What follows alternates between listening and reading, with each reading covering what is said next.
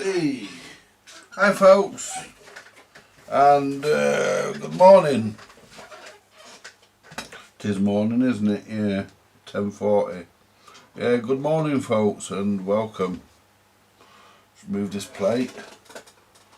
Put it there. There we go. Right, let's move some of this stuff. And what we're going to do today, just very briefly really, I think. Just put them over there. Right, what we're going to do today, just very briefly, we're going to have a look at the possibility of do something with the pickup in this radio. And what I want to do,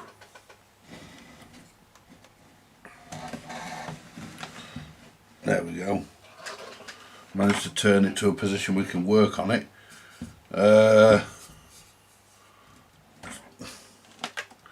Get your test leads, because what I want to do, I want to see if there's any voltage potential on this pickup socket, which is what I want to look at. So what we'll do, we'll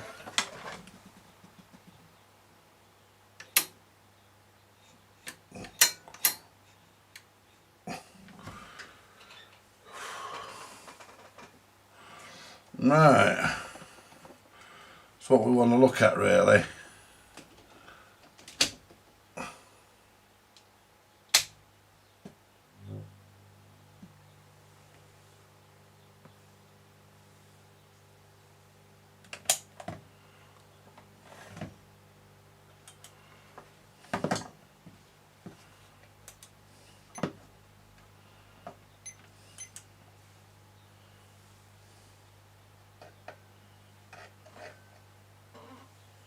I want to see what voltage is on this.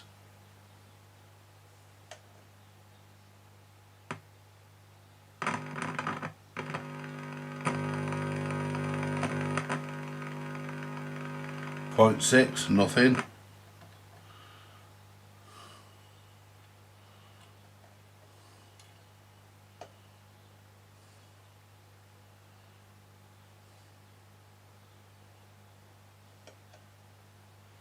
Negative 12 volts on that side of it.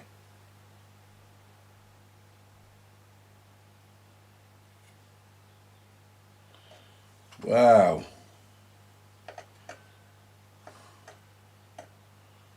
It's got 12 volts on it.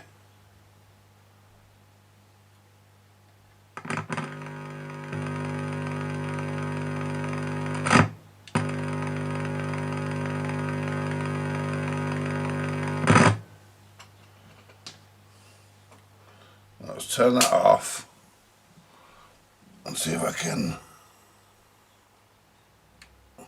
I want to see if we get anything else.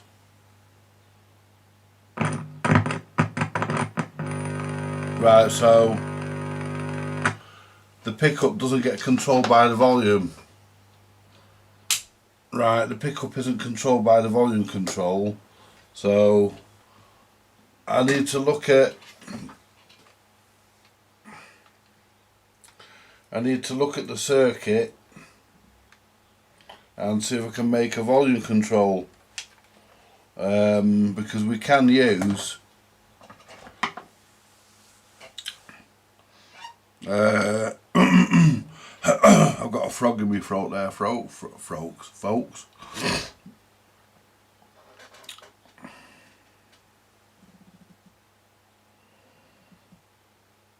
We could, so one side of that's got 12 volts on it.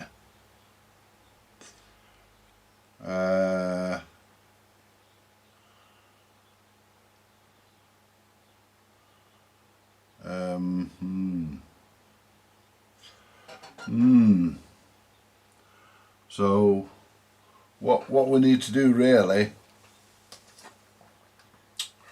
is make up a volume control. I need to find out what volume control was used, and I need to find out if it's normal to have 12 volts on one side of the pickup because we can't connect anything to the pickup where there's a voltage, so I need to look at that. I mean, one side of the pickup there we can use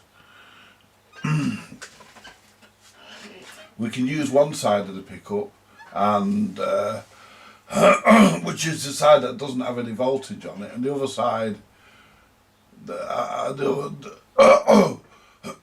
pardon me folks, bit of a frog in the old throat there. Anyway, what we can do, we can use the side where we're getting the hum because there's nothing on that. So yeah, we can use that.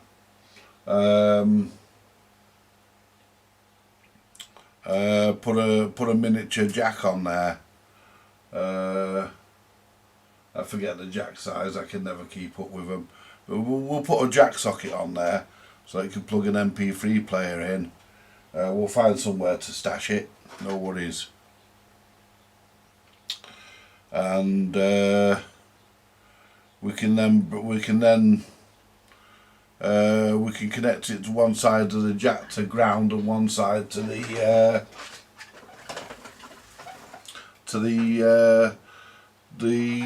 positive side of the socket. So let me just have a look at the circuit, and I'll have a look at the big version of the circuit that I can see it better. So basically we've got the pickup. I think the 12 volts side is the side that comes off the wiper. I think the side with no voltage on it is the side that the side that goes into the grid of the first audio valve. That could be what we're looking at. What I will actually do, I'll give Steve a ring in a bit, and I'll chat it over with Steve and see what he thinks. But I think I'm right, because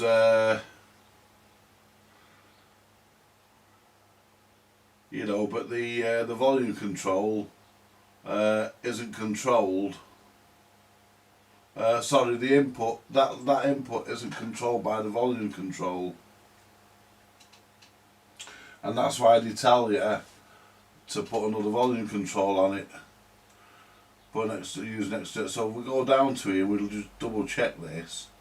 Gramophone pickup, 2 sockets are provided at the rear of the chassis for a gramophone pickup, but an external volume control will be required for it.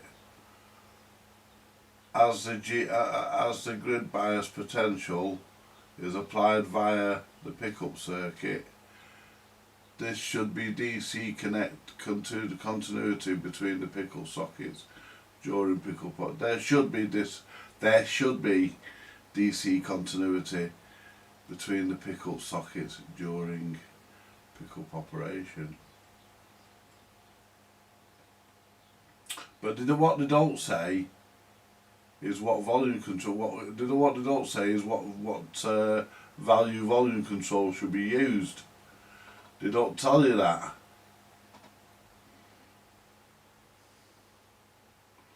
They don't tell you.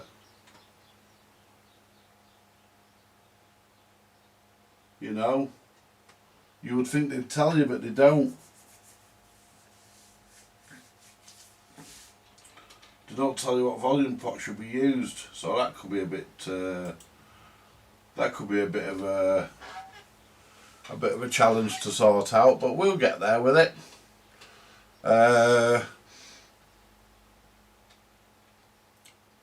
We know the gram input works, and we know what I'll do later.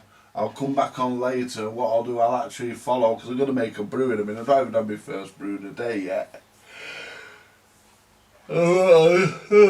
Pardon me. Excuse me, rather. What I'll do,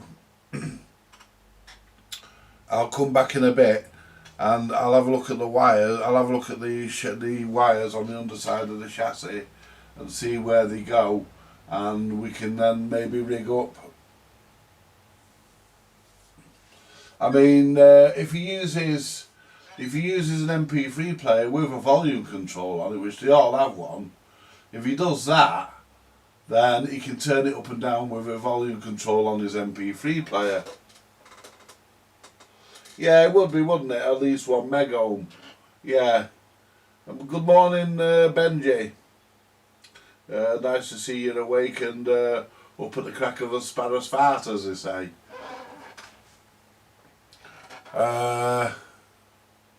Anyway, yeah, probably 1 meg ohm, but I might get out of putting that in if I can, because what I'll do, I'll make up what I need to make up, and then I'll plug my mini disc player into it. And if my mini disc player works, then we're able to control the volume that way, then he can use it just like that. That will save a whole load of work, and the volume control will be built in. But I need to look at why one of the sockets has 12 volts on it. Has 12 volts negative on it. So I need to look at that, and I probably won't use that socket anyway. I probably won't use that side of it.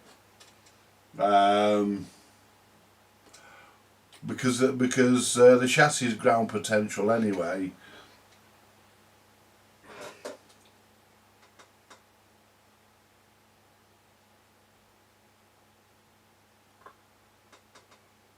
Yeah, it will need a blocking cap.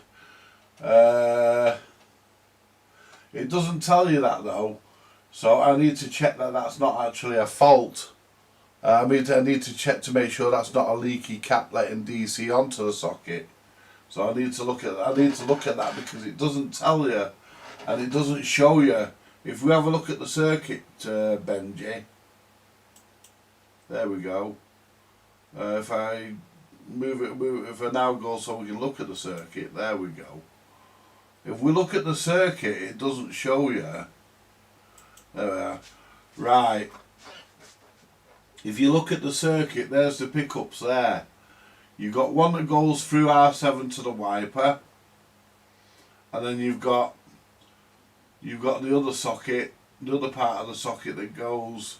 Well, it says there's 2 sockets, and they are 2 sockets. So you've got the first one here, which goes to the wiper, and then it disappears off through this lot of stuff here up to aerial 1, I think.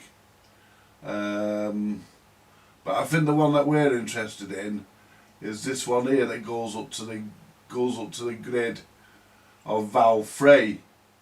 I think that's the one we're interested in. I think that's the one that's generating the hum that we were getting a second ago when I probed it with the when I tapped it with the meter lead. So what me thinking is put a small jack socket in. It does mean drilling a small hole in the chassis to take it, but I'll have to speak to him about that because I don't like to do things without talking to Andy first, or anyone else for that matter. You don't just drill into somebody's stuff without speaking to them, and because we don't want to devalue his radio if it's got any value to it. So if it comes to that, I'll bring it out on a fly lead. But I'd rather put a socket in. I would rather put a socket in because this thing's got an isolation transformer. You wouldn't get a shock off the chassis. I wouldn't have thought. But the part of the socket we're interested in, it goes up to C10 and then goes across to. It goes into the grid of valve 3 via R4. Via R6, I think that is. Yeah, it goes in via R6, which goes to ground.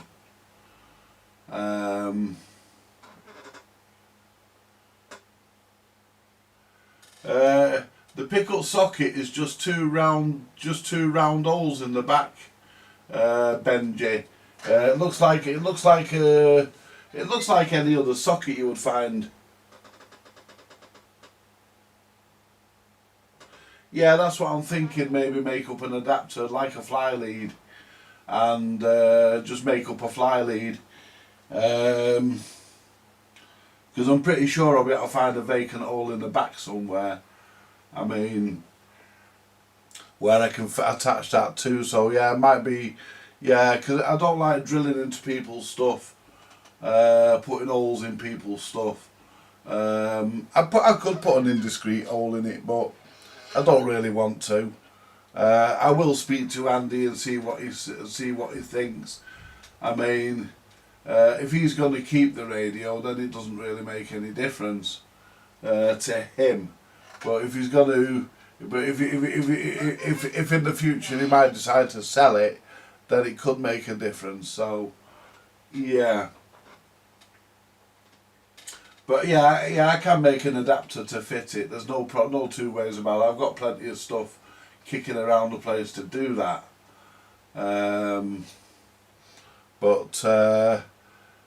You know, the issue of the volume control, I don't think that would be an issue because he could control it with the volume control on the device itself. And this thing doesn't really hum that much. It hums when you first turn it on. It sort of goes hum and then dies down very quickly. You know, but once all the valves are warmed up and it's actually playing, because as a radio it does actually work quite good. It's not bad. It does require a long aerial. I put my meter lead into it and it worked okay with that, but with a nice long aerial in it, a nice long piece of wire or a telescopic aerial, it would work even better, I think.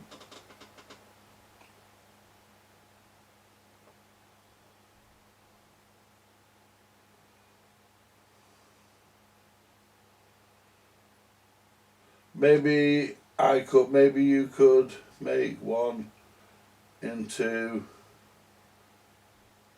a small IF can with a couple of pins for the socket. Yeah, there's a few ideas floating about, Benji. You know, a few ways of doing it. You know, there's a few ways of doing it, mate. But the thing, you know, if I use a fly lead, then it's removable, isn't it? Because there's an earth terminal on this as well. There's an earth socket, which I think is intended to be used. I think it's designed to be connected to a piece of pipe that's shoved in the ground. I think that's how they originally wanted you to use that. But that goes. If I just go back over to the radio, move off this circuit, go back over to the radio, go back to the first camera. There we go. Now.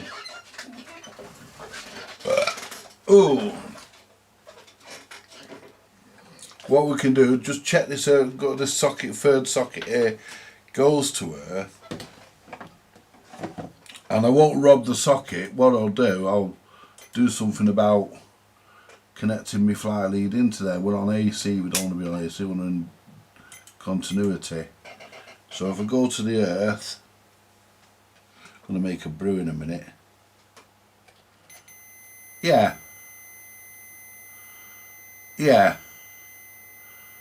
That's ground. So you know that earth goes to ground. So that's good enough. So we can even come off that. What I'll have to speak to Andy and and see what he thinks. And I need to check. What I'll do a bit later. I'm not doing it now because I've not had my morning brew yet. What I'm going to do a bit later, I'm gonna have a look and check to make sure that we haven't got a faulty capacitor. a faulty capacitor, a leaky capacitor, putting 12 volts onto that socket, because if we have, that will need to be fixed.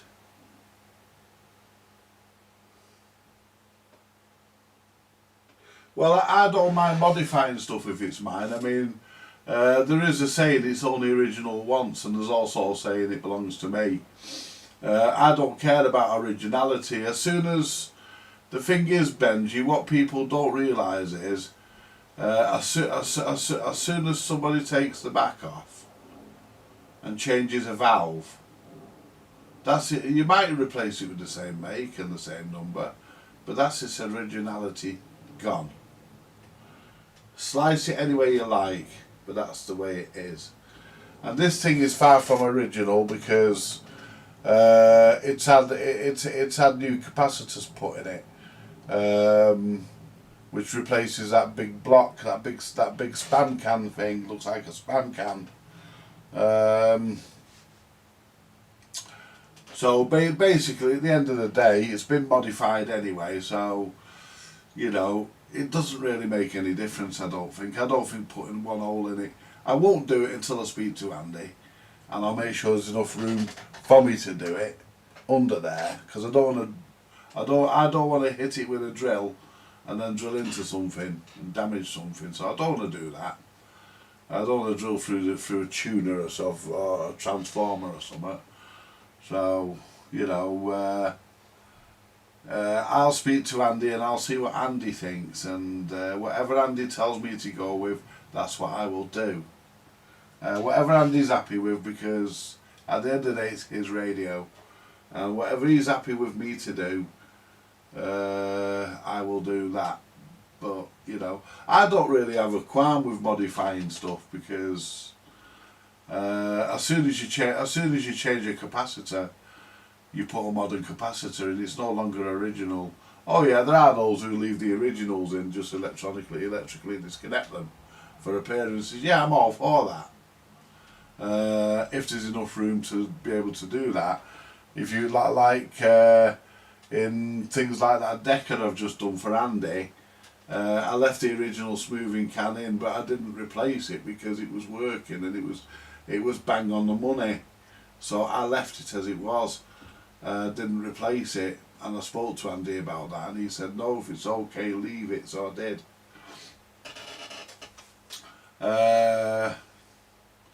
But I've actually ordered some capacitors last night. Because I'm out of high voltage capacitors, so I've ordered some. I mean, as soon as you change a valve, Benji, it's no longer original. I modified this amp down here. This, as everyone knows, this Dynatron amp. I put 2 RCA sockets on it, and I took the negative fuse out, unfused the negative, and I put a new fuse holder, a modern fuse holder in for the fuse on the live. And but it's a modification that I think is welcome, because it brings it up to modern requirements, and it's earthed. It was earthed from new, and if it wasn't earthed from new, it would certainly be earthed by now. And, you know, at the end of the day, you know, it's like those little amps that you've got that were designed to go with record players. You know, people put sockets on the back of them to plug guitars and stuff into them, and I think that, you know, to use them as little practice amps, and I think that's a good use for them. And I don't have a problem with people putting mods in things, as long as the mods are done correctly and tastefully. I mean, like, you wouldn't get a radio like this, pull the guts out and stick an MP3 player in it, or a Bluetooth, turn it into a Bluetooth speaker or out like that. It's just something you wouldn't do. But, you know, I think adding a socket, I don't think that's going to be too much of an issue with it, because I think it's going to be a welcome modification, and we'll look at the possibility of putting a 1 mega ohm pot in there. But I need to know more.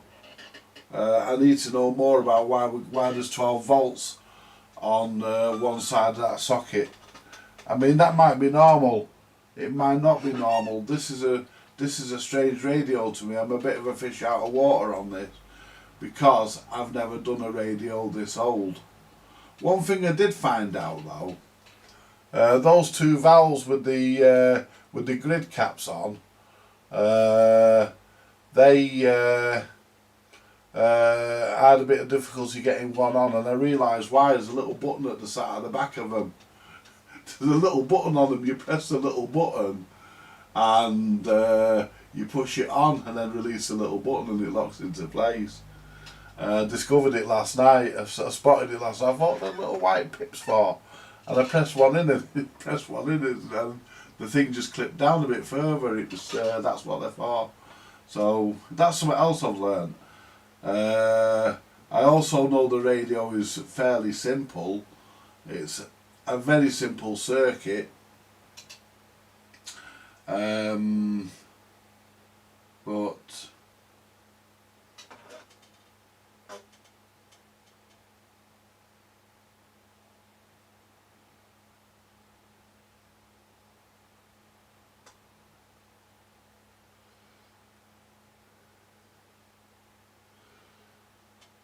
yeah, there's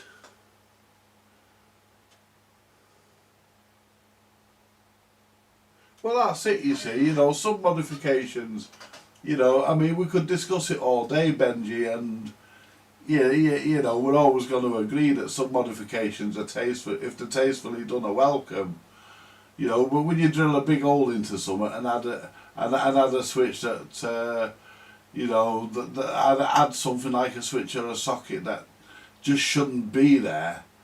I mean, drilling holes in the front of a cabinet, that's a no-no. Unless, of course, there's a punch out in the back of the cabinet, in the back of it, behind the panel. Unless there's a knockout that you can knock out, and then very, very carefully drill through any trim. Then yeah, that's okay. You could put a switch on a control, a potentiometer in there, or even a socket, and that's a welcome mod. But when you drill through something as old as this that has two switches and a dial, and not everybody knows it has two controls and a dial, then you know that's a big no-no. You don't drill a hole into something like that. But I think putting a hole in the chassis, I don't think that would be too much of a problem. But I won't do it until I speak to Andy, because it's his radio, and I will always speak to him before I do anything. Well, Andy,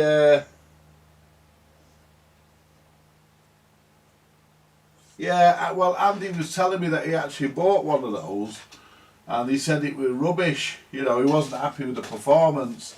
But I think the way I'm going to go, is I'm going to speak to. I'm not going to do anything till I speak to Andy, because I had a chat with him last night and we spoke about an AM transmitter.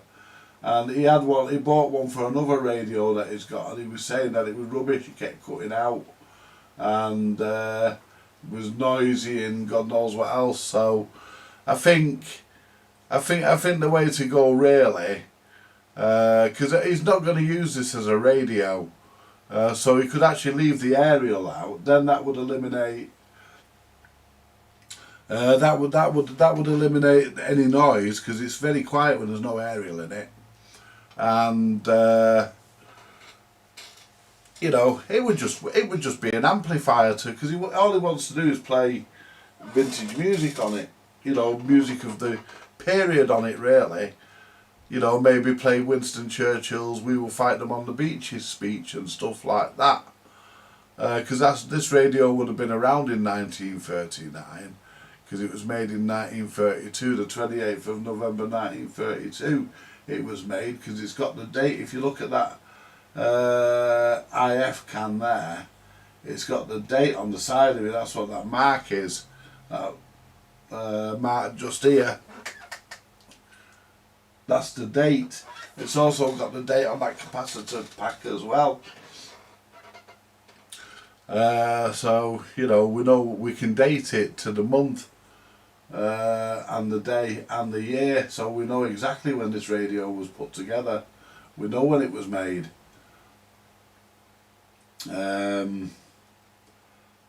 because somebody's wrote the date on the components probably as it's gone together. But yeah, I'm going to speak to Andy again in a bit, and I'm going to run a couple of ideas past him.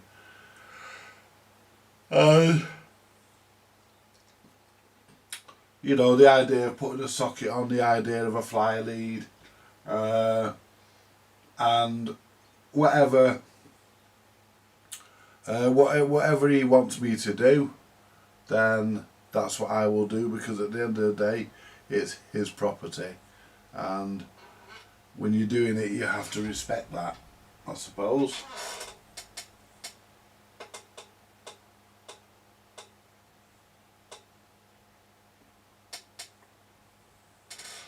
Yeah, you know, but like I say, I know what you're saying, Benji, but you know, he's tried one and he wasn't happy with them, so he's very, from the way I spoke, from the way we was talking last night, he's very reluctant to try another one. So I think the best bet. I think the best bet is to the best bet I think is to just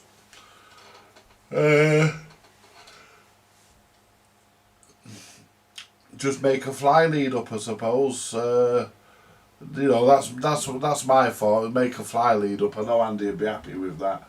That can plug into the socket and connect to the earth socket as well, and just isolate that other socket so that he can't plug into it by mistake and put 12 volts up his MP3 player. I don't know what the 12 volts would be for. 12 volts negative. I don't know. I just don't know what that would be for. Why would you want 12 volts on a pickup? Unless it's going to feed an early primitive magnetic pickup.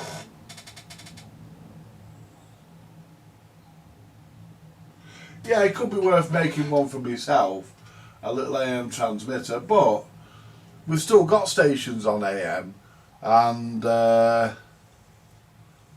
you know, we've still got stations on AM, and I can still tune into them, Benji. So I think, yeah, when they get rid of AM completely, out. Go on, it's too early. Go on. Not even me yet. Not even had my brew, the first brew of the day yet. Anyway, yeah, I think an AM transmitter. I think when they get rid of AM analog, when they get rid of AM radio altogether, and there's nothing on there that you can get, then I think I'll probably build one. But until then, I don't really need it, because there's AM being broadcast, and I can pick up all the AM stations available. I can get them anyway, so for my all the AM content available for my area, I can get with no problem, and very strong. So I don't need to worry about that just yet. But when there's nothing available, then I will. You know, so that I've got it then, and we can deal with that then. But will people still have AM radios repaired when there's nothing on them? I mean, it's like old CRT tellies, isn't it? You know, old CRT tellies from the, you know, from the 70s, 80s and 90s, nobody really has them repaired. Nobody really bothers with them because there's nothing on them. They're basically useless unless you get a signal into them from a Freeview box. And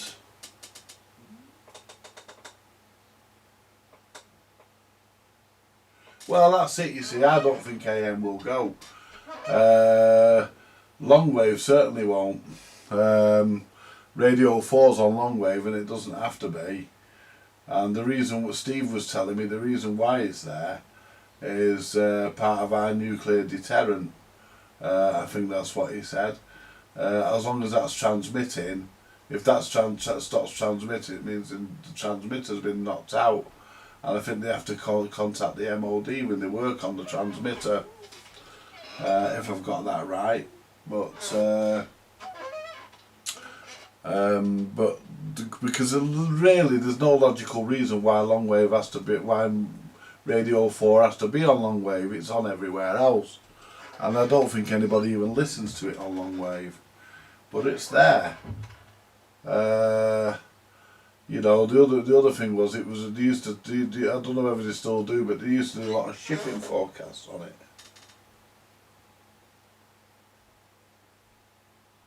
Yeah, a lot of gamers like CRTs, but you know, they don't really go to the trouble. I mean, in America, it's still a fairly big thing, isn't it? Like Shango and Jordan Peer and whatnot, and on occasions Radio TV Phone up.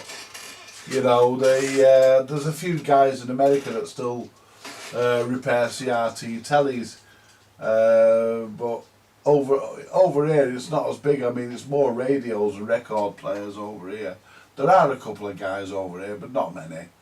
I mean, there's a guy who turns up at Goldborn, and he always has a fairly extensive range of television sets that he has on display, and they're also available for sale as well, but I believe, and I've never seen anybody buy one from him. It's just not the sort of thing.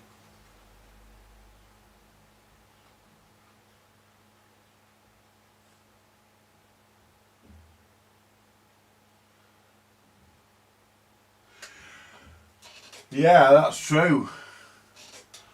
Yeah, but but I'm talking about a direct hit from a bomb. You know, I'm not talking about the fallout or the electromagnetic pulses. You know, the EMP. I'm not EMP strikes. I'm not talking about them. I'm talking about a direct hit. You know, that kind of thing. But yeah, the first thing would be all the digital devices, wouldn't it? I mean, if there's ever a war, I mean, we all rely heavily on technology, but if there's ever a war, the first thing that the government would do is shut down the internet and the mobile phone networks. They would have to, because them sort of things will be crawling with spies. So they, you know, and that's why the reason why the BT have to keep a certain amount of phone boxes is for that very reason. Because a phone box, you know, when was the last time you seen anybody use a phone box? I've not seen anybody use a phone box in years yet. There's one up the road, and I've not seen anybody go in it for years. I seen a bloke in it once, and he was making he was rolling a spliff in it, just to keep out of the wind. He was just stood there making a joint and rolling a joint in it. Out! Go on! Jesus, stood there whining at me. You're going out the back in a minute. Anyway,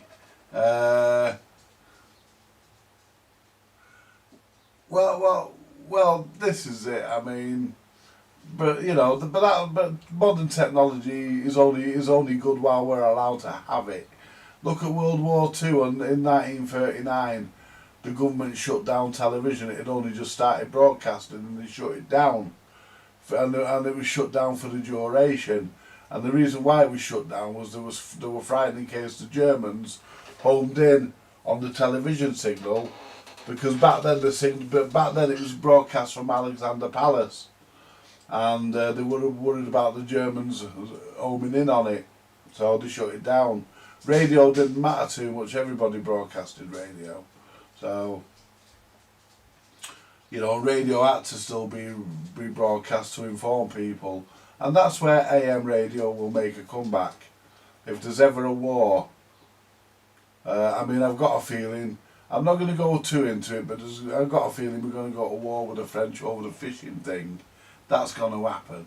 But the first thing the government will do will turn off all the mobile phones and internet. They'll just pull the plug and say it can't be disconnected. Of course it can be disconnected. They just say, right, we want it off, and it's gone. And that's what they'll do, because it'll be crawling with spies.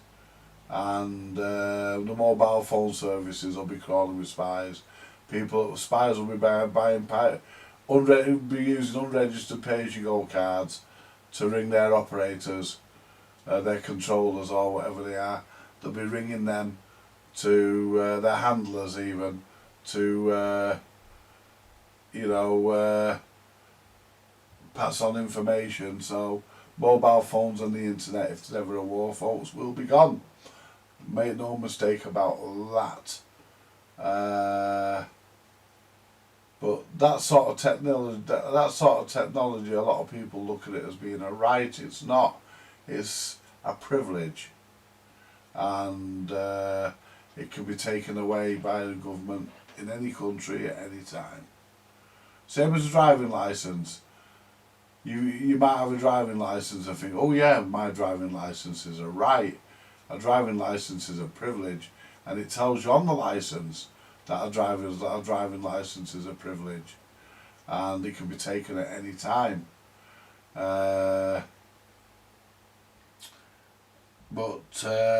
Yeah, moving on. Moving back onto this, I will speak to Andy. I'm going to shoot off in a minute, folks, but I will speak to Andy, and I'll toss a couple of ideas with him at him, and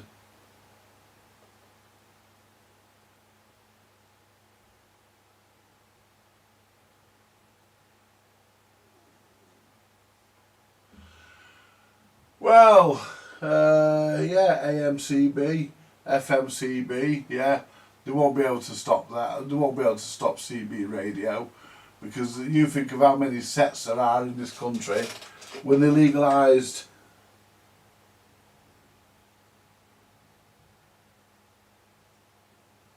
well, it'll only take out the ones that have got chips in them, and only then if the chips are sensitive to that thing. I don't know whether a phase loop lock chip is what most people could call a PLL, a phase loop lock chip.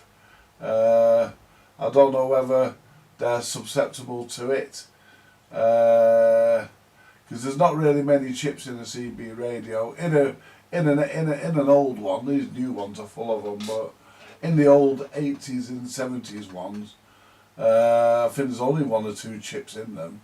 I think there's about 3 chips in them, and these are the audio output, the AM or FM subsystem chip, and the PLL.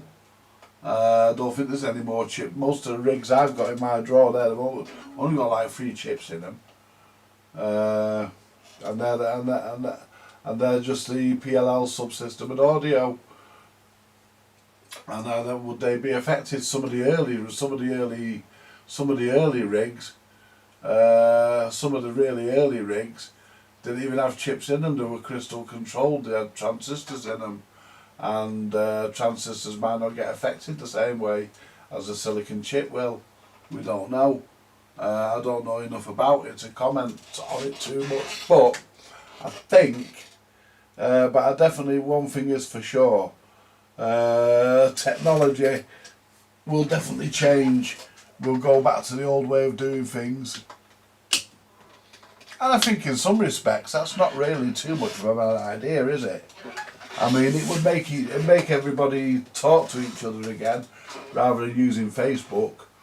I mean, getting rid of Facebook, that wouldn't be such of a bad idea, would it? Because it's a nuisance anyway, and it causes arguments. People put all their life up there, and at the end of the day, I don't put my life on Facebook, although I do use Facebook, but I don't put my life on it. I mean, it's not, I don't sort of like live. I don't wake up on a morning and think, oh, I need to go straight onto Facebook. I do go on and have a look, but I go on usually at night time. Or if somebody sends me a message, then I'll go on to Messenger and I'll look at that. But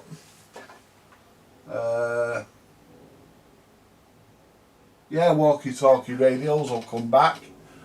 Yeah, all the stuff that we've no longer got will come back.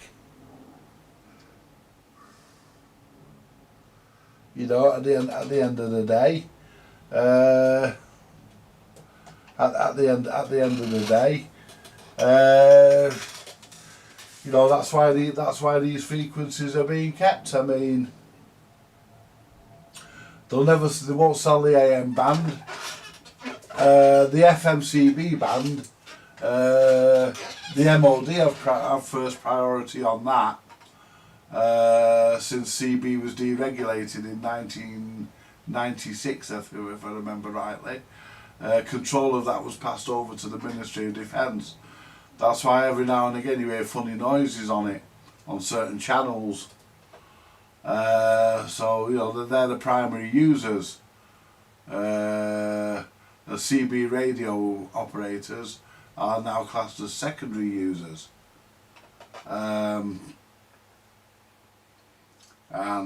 Which means if you're on a channel having a chat and somebody from the military wants to check some sort of device, they can tell you to piss off onto another channel. I mean, I'd tell them where to go, to be perfectly honest. But yeah, Valve radios could possibly come back, because valves are certainly not affected by EMP strikes. A valve is very tough. In fact, valves are that tough. They were used in the space shuttle. The space shuttle's computers had valves. Certain parts of them, anyway, had valves in. Scraps! That is a known fact. Absolutely, yeah. There's a van outside. I don't know what it's doing. Yeah. Apparently there's going to be loads of coppers swarming around here tomorrow night because of what happened on Halloween night. So yeah, apparently there's going to be there's going to be loads of coppers around here tomorrow night in my area. Anyway, I'm not going to get into that. But yeah, that's it. So anyway, I'm going to leave it here for now, folks. I'm going to have a chat with Andy. I'm going to make a brew and then I'm going to give Andy a quick ring. And I'm going to speak to Andy. And Scraps! I'm going to speak to Andy and see what we can come up with. See what he wants me to do. Because what he wants me to do, that's what I will do. Because it's his radio. And he's the one who says what gets done.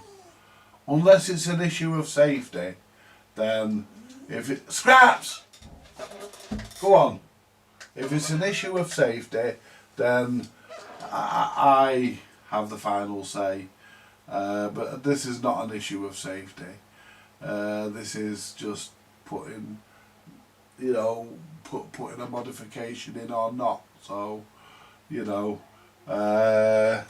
it says, I'm still trying to understand why it wants you to, I'm still trying to understand why it's got the 12 volts. I'm going to check everything in that line, and I'm going to dissipate, and I'm going to give Steve a ring and see what Steve says, because Steve knows about these 1930s radios much more than I do. So I will ring Steve and get some sage advice. And you seem to be the only one that's on here chatting, Benji, so I will say goodbye to you. Thank you very much for your input, and it's been nice to have a chat with you. It always is nice for me to chat with my subscribers, and anybody who hasn't come in, if you go to Goldborn and you want to say hello to me, then by all means feel free to just do so. Don't worry about it. And I will catch you later, folks. Bye for now. Oh, by the way, subscribe if you want to and click the bell if you've a mind to, so therefore you get notified of anything coming up. Catch you later, folks. Bye for now.